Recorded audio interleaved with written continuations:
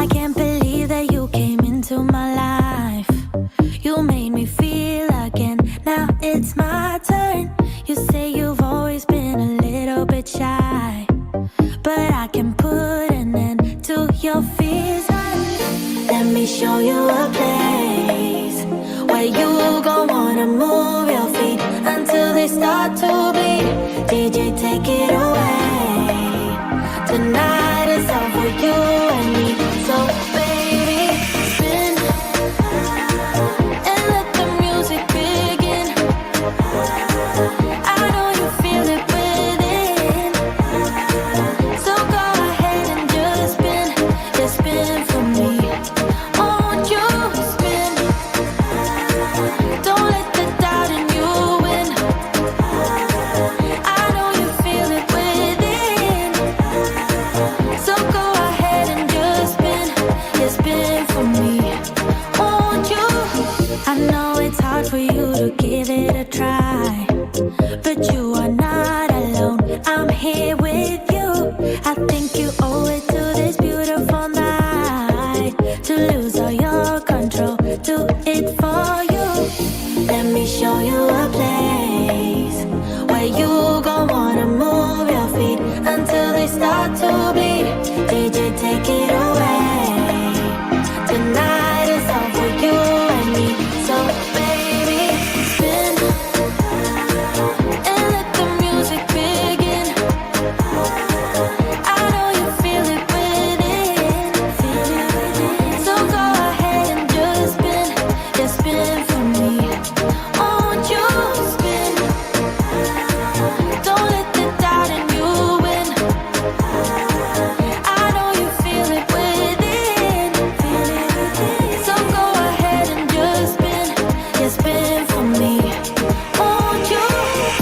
Don't be afraid, just let go of your fears, 'cause you know you can do it, baby. Dance them away. Now you know how it feels, now you know you can do it, baby. And let the music begin. I know you feel it within, so go ahead and just spin for me. Won't you spin? Don't let the doubt in you win. I know you feel it within, so go ahead and just spin for me. Won't you?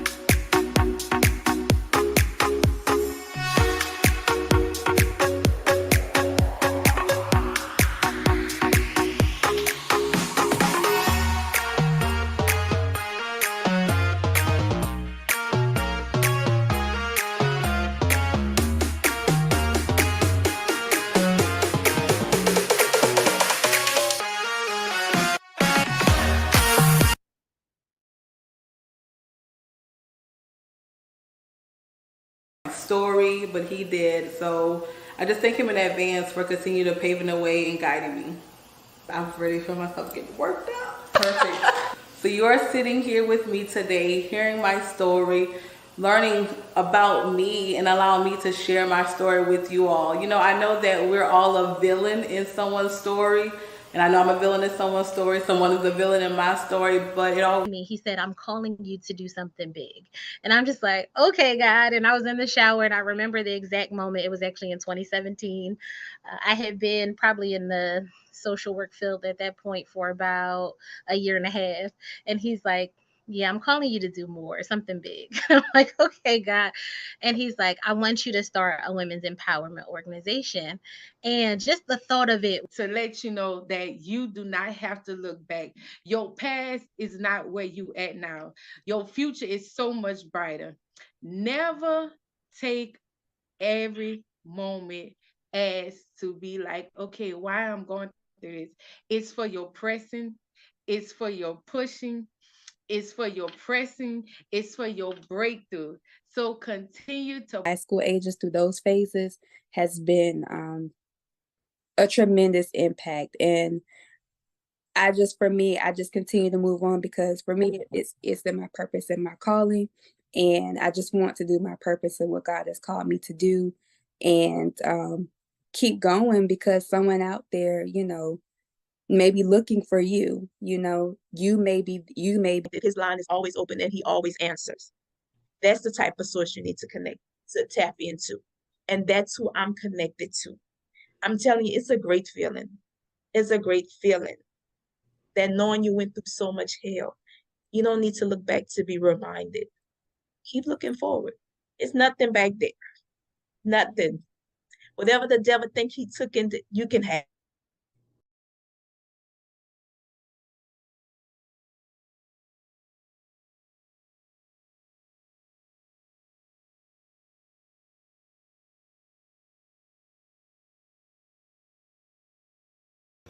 Hello, everyone. My name is Dr. Shamar Hutchins, and I am an empowerment leader with Women with Vision and Purpose.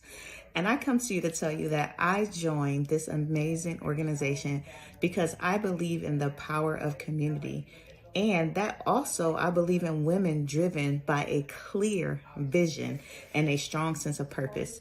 So I come to you and tell you my contributions to women, or WWVP, lies in me fostering both a personal and professional development.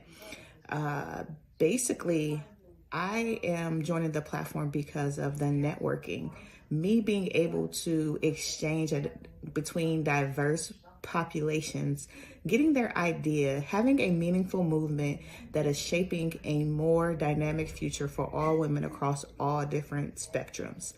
And so what I can bring to is I'm a clinical psychologist by trade. And so I understand the dynamics of the mind, and I look forward to engaging with every woman that joins this platform, because networking is the means of the future. So thank you, and I'll see everyone soon. Empower your brand.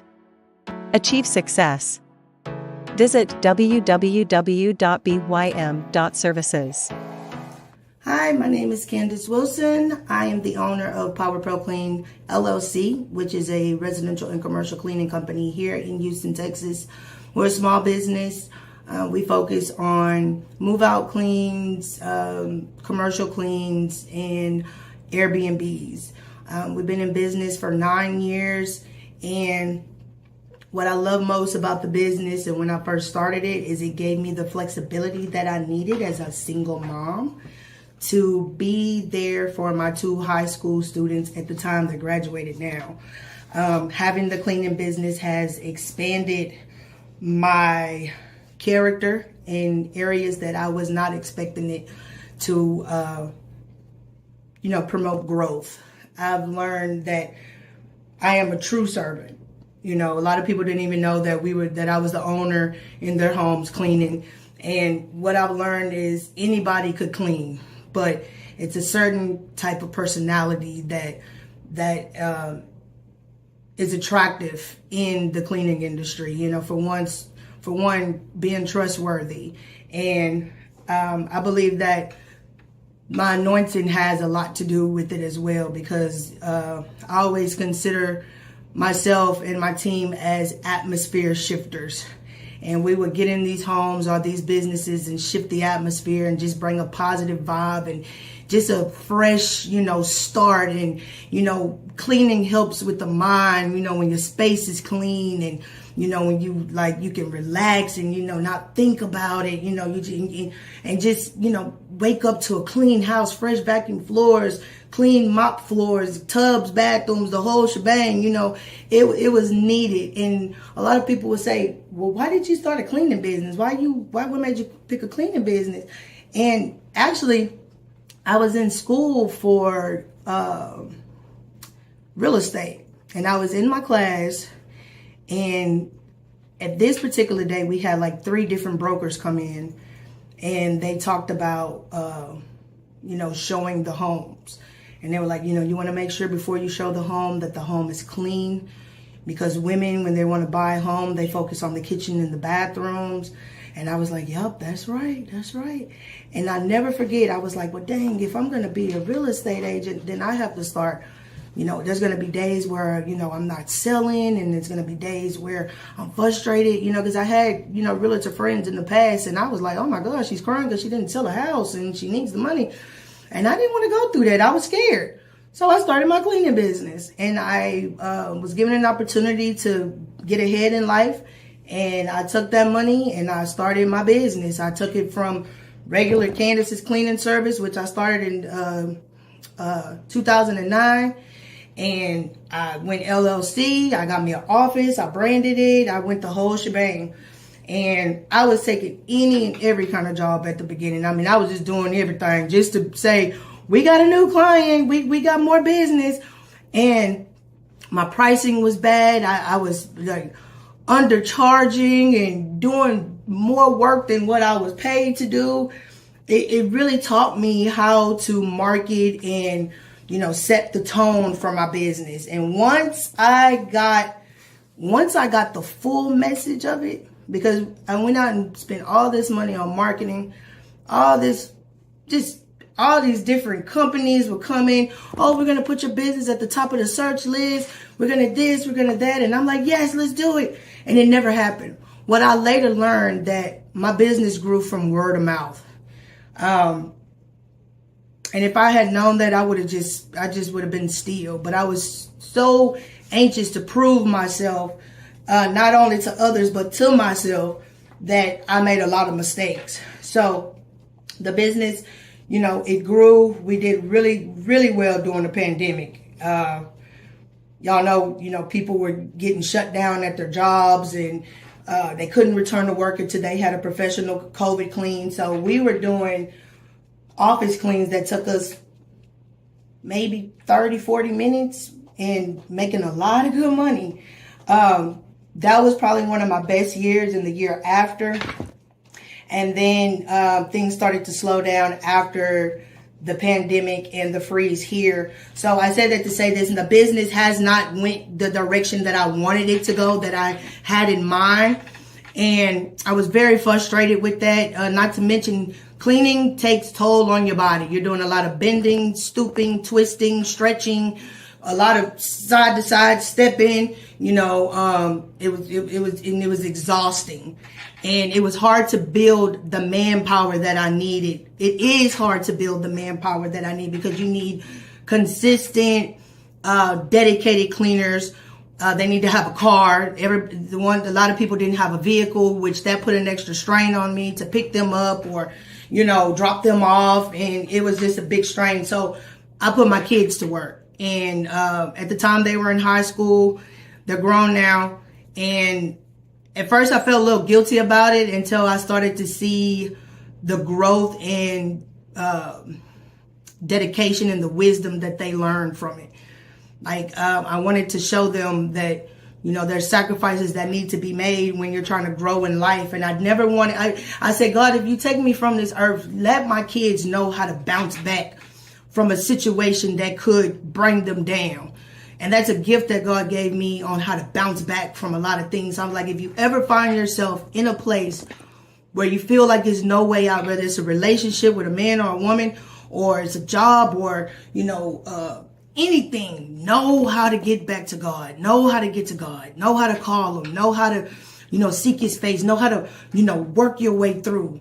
And I'm grateful that them helping with the business showed them that through me and through themselves, because they were in high school. My son was in band and he was on the drum line. My daughter was one of the lieutenants on the dance team. And it'll be times where we would go out to clean at midnight. We wouldn't get in till like 4, and they had to be up at 6.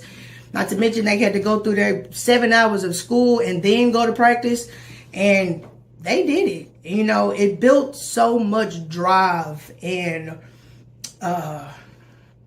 trailblazer energy in them, in all of us. Sacrifice and learning how to maneuver what's important and prioritize. So I give God glory for that. Like I said, the business, it developed parts of my character that I wasn't expecting it to develop. You know, I was able to get over a lot of fears. I took on jobs that I had never taken on before and just, you know, prayed my way through.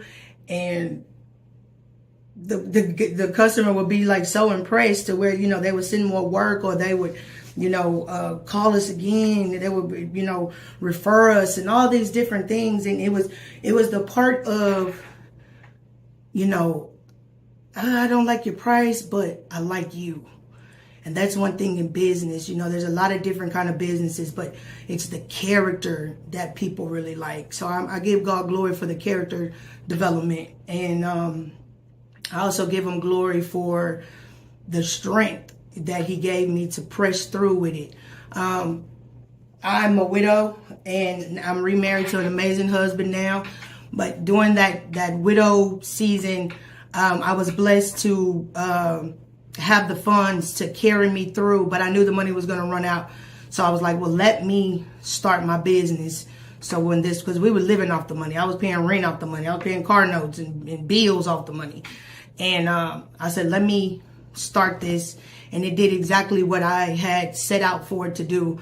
My kids graduated successfully. My son is in college. He's on his junior year, and he's going into his junior year in college. My daughter is almost 25. She has her own place.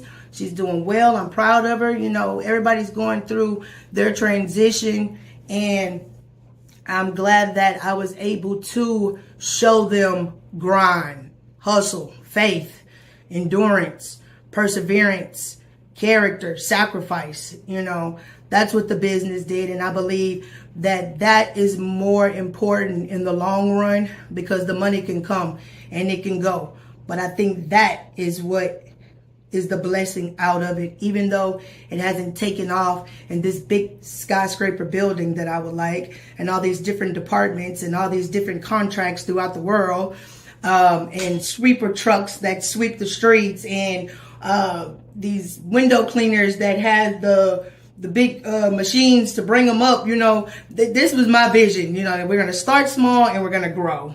And it hasn't taken off to that point yet, but I'm waiting to see how God is going to do it. Moving forward, I am a minister. I was ordained in 2013, right after the death of Cedarius. And I was ordained, and then I went through this strong period of grieving. And I kind of found myself alone. You know, a lot of people go through grieving. And when the situation first happened, when the death takes place, you have all these supporters. Everybody's there. You know, I'm here if you need me. I'm here. And you're like, okay. And then you have those ones who give you your space. But you also have those that don't even know where to begin to help you. And I kind of closed off. I used to drive to the church, the ministry that I was going to at the time. And I would be going to Bible study or going to service. I'll drive to church, you know, dressed, ready. And I would sit in the driveway in the parking lot, and then I'd just back up and go home. I would just back up and go home. And nobody never knew that I was even there. And I started thinking, like, well, you know, this insurance money is running out, and I'm finding myself kind of struggling, and I'm finding myself kind of going into depression. But I had to stand strong for my kids. They were younger at the time. And no one came. They say they came, but they didn't. I mean, like, popping up and, baby, what's your address? What y'all need toilet paper? Y'all need paper towel? What you need? Y'all with them children? You got food? We didn't. It was hell. I was going through hell. Long story short, I wound up falling off of that and just going into my own direction. The grieving and the hurt and the money that came later just took me to a whole different direction, completely separated from God. So I thought. And I found myself in a very dark place, away from church, saying that I believe in the Lord, but I couldn't stand the church. from prior church hurt before this church. And I was disappointed. I was mad. I was frustrated. I didn't want to hear no gospel songs. I didn't want to hear nothing about church. I didn't want to hear Jesus' name. I didn't want to go through none of it. And I'm saying all that to say this, that when God puts his hand on you, he ain't taking it off. He's not taking it off. If he's spoken over your life and he's declared and decreed a mission over your life, and he's anointed you and appointed you for whatever time or whatever purpose, you go do it. Whether you drag yourself through it or kick and scream or however you go, he's going to do it. He's going to do it. And I'm a witness to that. The title of this message, I believe Shakita said, "Who am I?" And I am a witness to how running from God, it don't get you nowhere. Running from God gets you nowhere. I have definitely had a Jonah experience, and I have definitely been swallowed up in the belly of the whale. And I'm grateful that God chose me for a time such as this to be a witness of his mercy, his grace, most importantly, his love. And I know that the Bible talks about how he died for, the world, but God allowed me to see personally why I'm still here. And I say it all the time, he made it personal. He made it personal in a hurting place, in an abandoned place, in a rejected place, in a disobedient space that I was in a "it's all about me and what I want to do" space. The Holy Spirit came for the one. He came for me. And I have heard so many stories of people who have committed suicide or attempted suicide, mainly those who committed suicide. And when you look at the pictures and videos of them before the situation occurred, they just seem like they had it all together. They seem like they had it all together. And I know what that place feels like. Because there's so many times where I just want to drive off the freeway. And I was like, well, I can't leave my kids. And then you hear this other voice that's like, take them with you. That way you ain't got to worry about it. And I was like, it's not God. This is not God. But this one particular day, and this is part of my testimony, I had decided to get dressed and go downtown. This was probably like 2014. I decided to go downtown. I got real dressed up and real cute for the first time in a long time. And I went downtown and I was parked my car. I was getting ready to go to one of the little bars and clubs down there. And this man appears to me and he starts walking next to me. And he was like, how you doing? And I'm like, fine. And he was like, kept walking by me. And I'm like, dude, leave. It was a white guy, kind of short. He had like a beard and like Scooby-Doo. What's the dude name on Scooby-Doo? The white guy with the bowl haircut like that. And he was short and he was homeless. He appeared homeless, but he didn't stink. He had like homeless clothes on. And he said, you really picked a good night to decide to come out. And I said, how does he know I decided to come out tonight? And he kept walking by me and I'm thinking like, dude, you're cramping my style. And he said, he kept walking with me and I'm like, yeah, thank you. Like I'm trying to be nice and stuff. I'm like, well, don't be mean. Because I had just came out of the ministry where I was actually, we were actually over the homeless ministry. So I didn't want to treat the man bad.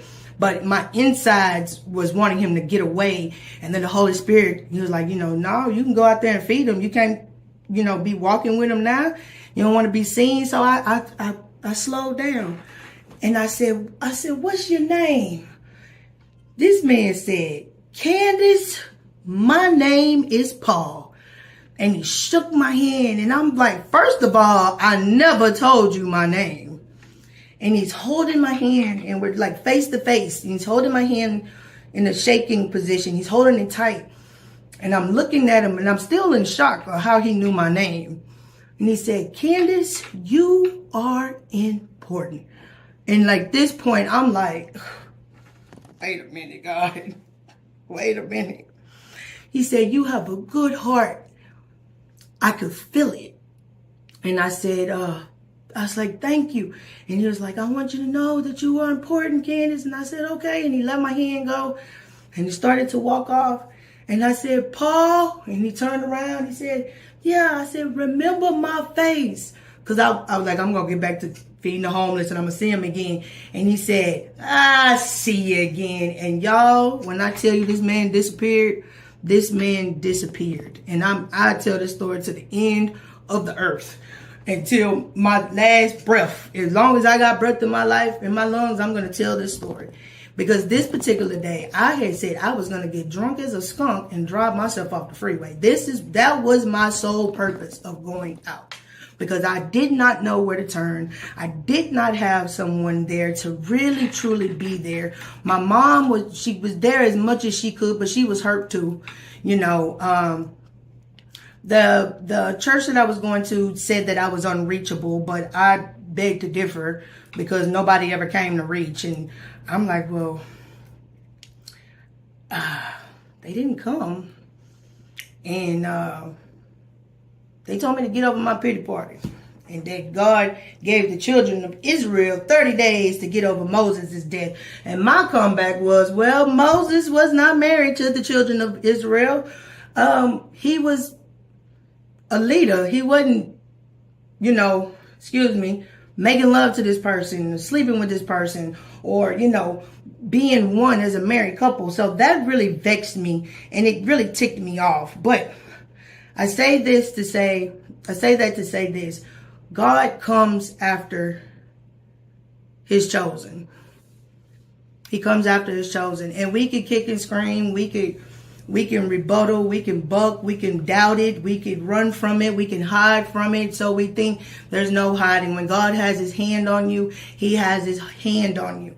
So I'm thinking like, God, well, what do you want with me? Because first of all, who gonna listen to me?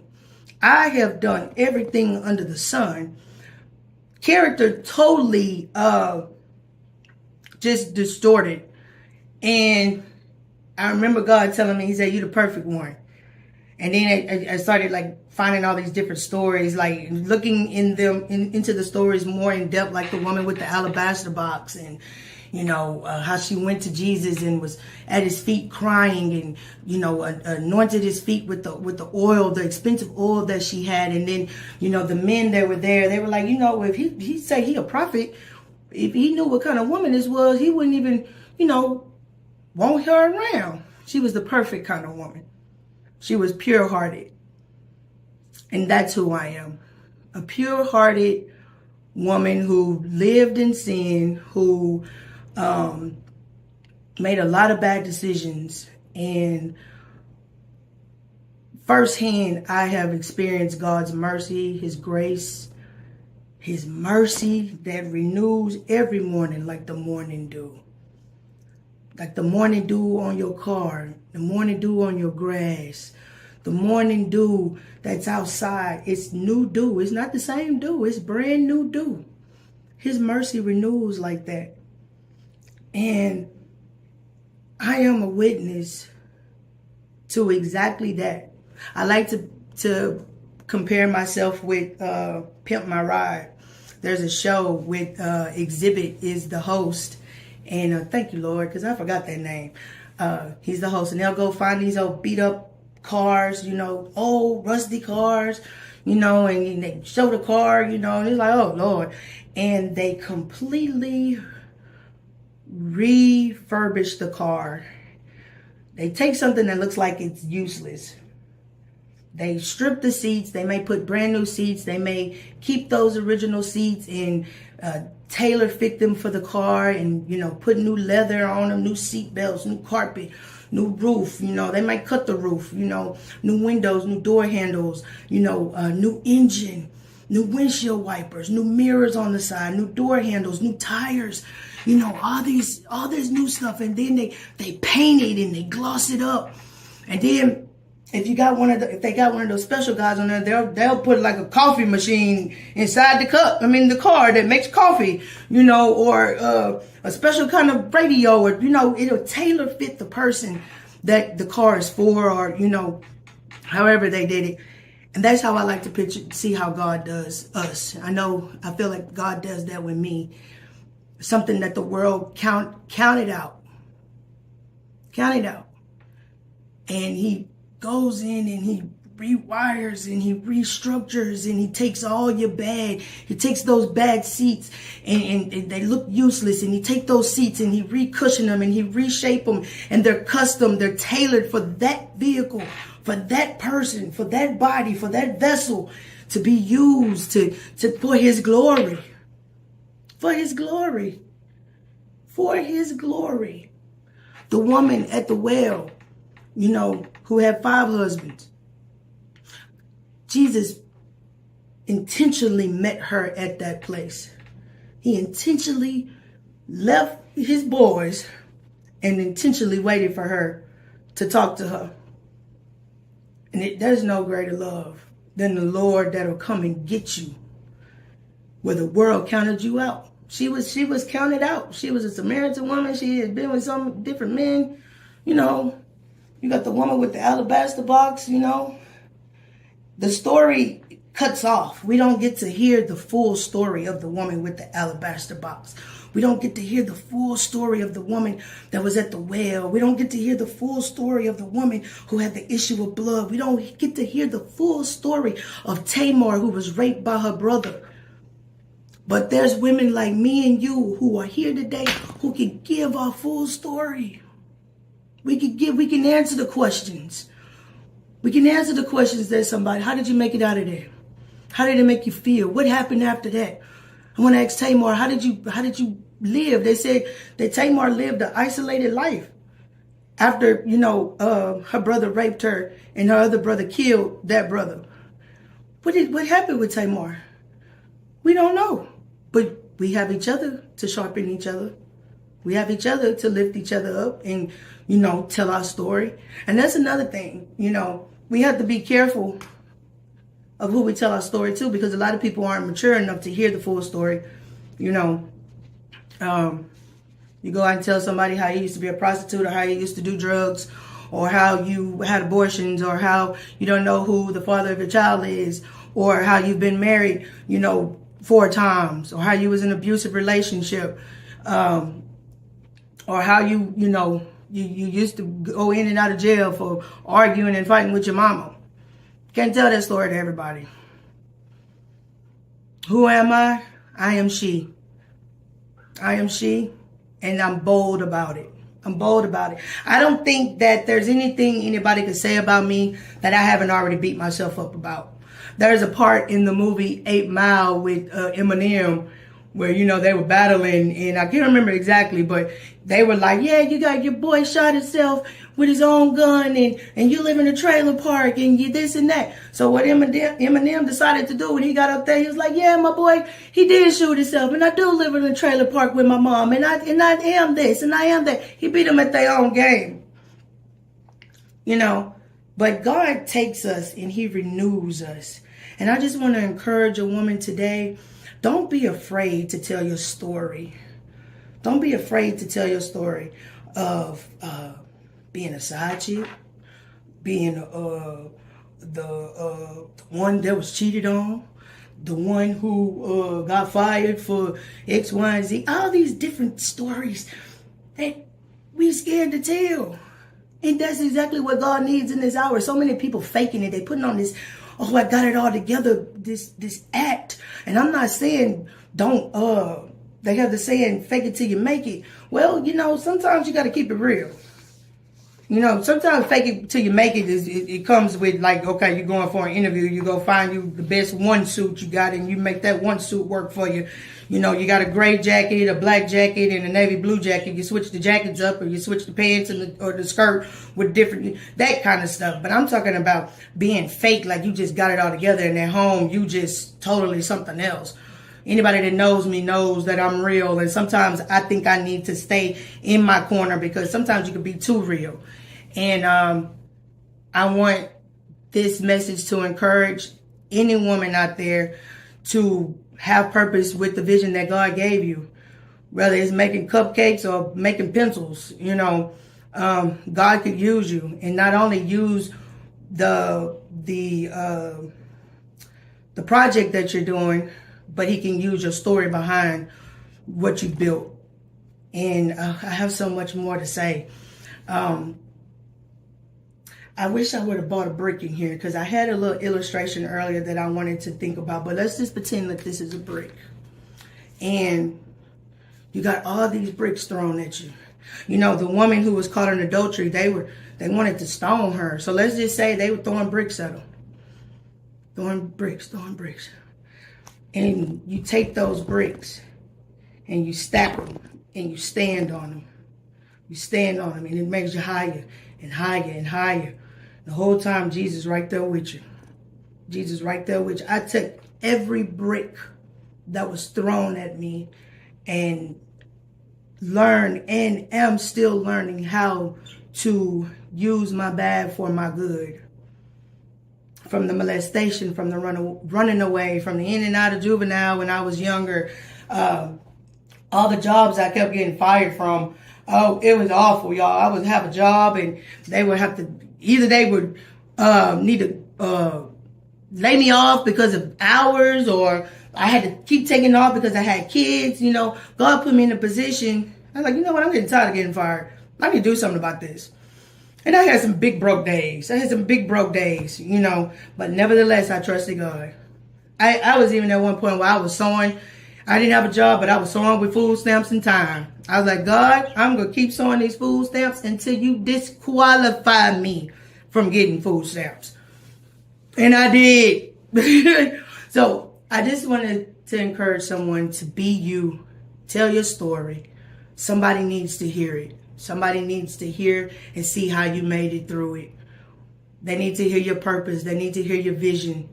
And I believe so strongly that iron sharpens iron. I don't think none of us is greater or better than the other. God uses the foolish things of the world to make the ones that think they know it all and got it all together look foolish. And I wanted this message to be real. I wanted it to be encouraging.